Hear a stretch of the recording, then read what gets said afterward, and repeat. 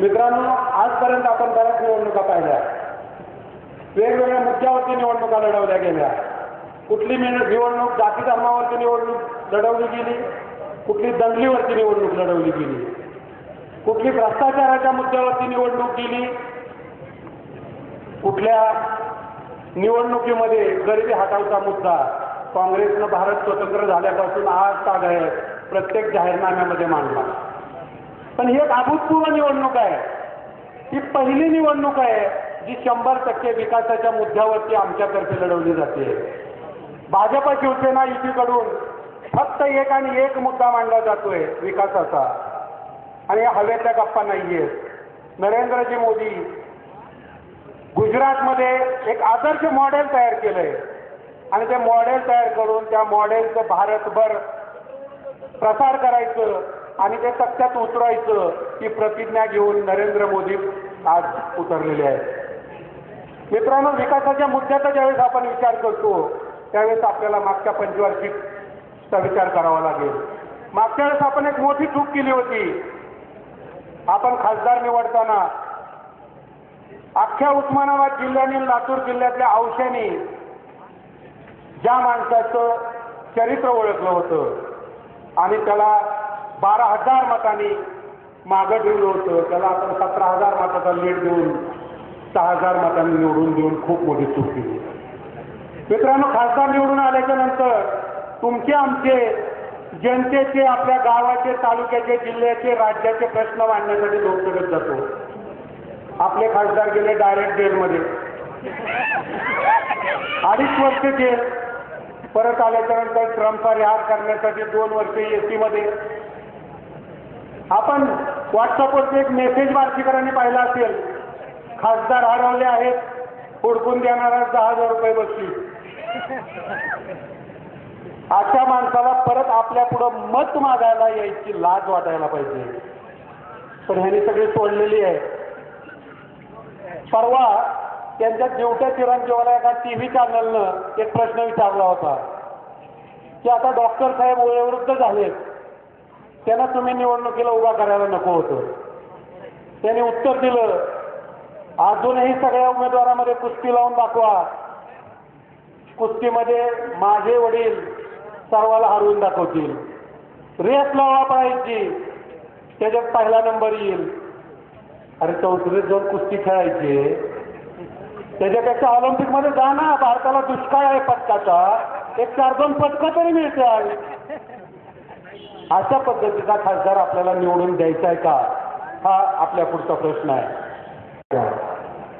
टाळकरी आणि वारकरी माणूस, टाळकरी आणि वारकरी माणसाला निवडून द्यायचं का मारेकऱ्याला निवडून द्यायचं, त्याचा विचार करायची वेळ आली. मित्रांनो, रवींद्र गायकवाड सरांना पाठीमागच्या 2 टर्मचा आपण त्यांचा अनुभव घेतलेला आहे. उमरग्यामध्ये 2 टर्म 10 वर्ष ते आमदार होते. आपल्याला माहिती आहे आपल्या इथलं राजकारण कुठल्या पद्धतीनं चालतं. विरोधात मत टाकलं तर त्याचा रोखा अडवायचा, विरोधात गेला तर त्याच्या संसारावर कसा नांगर फिरवायचा, एवढा एकमेव प्लॅनिंग चालू असतं. हा माणूस 10 वर्ष आमदार होता. मी चॅलेंज देतो, एकाही त्यांच्या उमरगा लोहारामधल्या विरोधकांनी त्यांच्याकडे बोट करून दाखवावं की या माणसाने आमचं काही वाईट केलंय, आम्ही त्याच्याकडे काम घेऊन गेलोय आणि ह्या माणसाने आमचं काम केलं नाही, तू माझ्या विरोधात मत टाकलंय, तुझं काम करणार नाही अशी भाषा वापरली. एका विरोधकाने बोट दाखवून दाखवावं. भ्रष्टाचारासाठी या माणसाकडे एक बोट दाखवावं. अशा माणसाला निवडून द्यायचंय का जिकडं भ्रष्टाचाराची गटारगंगा वाहते अशा माणसाला निवडून द्यायचंय, याचा विचार करायची वेळ आली आहे. मित्रांनो, पैशाचा माग चाललेला आहे. पैशातून सत्ता आणि सत्तेतून पैसा हे एकमेव समीकरण या लोकांचं आहे. आपल्या साठी काही करणं, आपण लोकप्रतिनिधी म्हणून निवडून दिल्याच्या नंतर यांचं कर्तव्य असलं तर ते करायचं तर सोडून द्या. 1999 पर्यंत ब्रिटिश शासनानं 17 किलोमीटरचा पाण्याचा बोगदा करून उजनीचं पाणी सीना नदीत आणून सोडलं आणि तिथनं बार्शी उपसा सिंचन योजनेचं काम चालू केलं. 75% काम 99 सालापर्यंत पूर्ण केलं.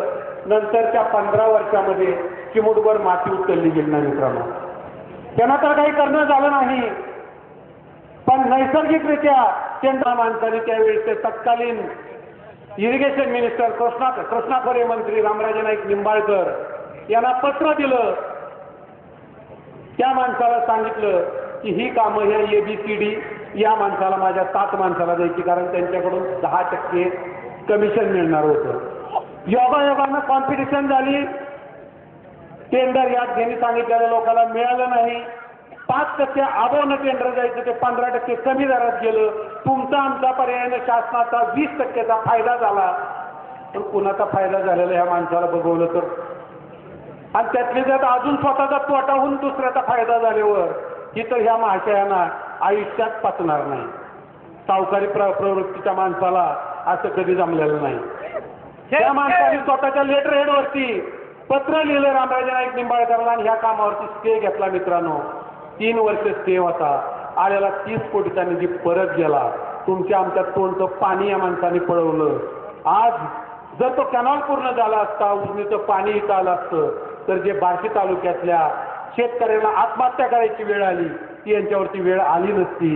अशा माणसाला आज त्यांची जागा दाखवायची वेळ आलेली आहे. बोलण्यासारखं यांच्या बाबतीत भरपूर आहे.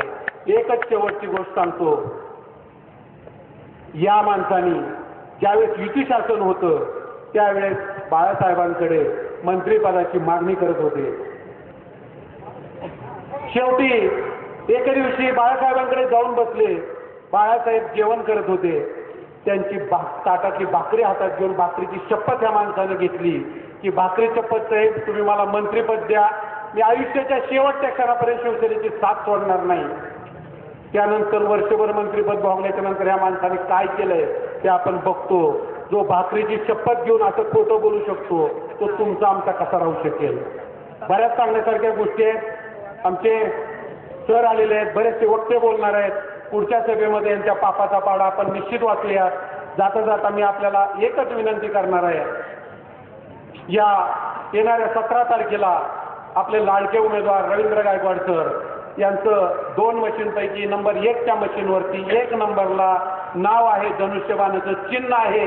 त्याच्या पुढचं बटन दाबून मागच्या वेळेस जे आपण त्या प्रवृत्तीच्या व्यक्तीवरती अन्याय केलेला आहे त्या अन्यायाचं परिमार्जन करण्यासाठी मागच्या वेळेस 17,000 मतांनी आपण त्यांना मागं ठेवलं होतं. यावेळेस 20,000 मतांनी त्यांना लीड द्यावा, भरभरून मतदान करावं व लोकसभेत आपले प्रश्न मांडण्यासाठी पाठवावं अशी आपल्या चरणी विनंती करतो.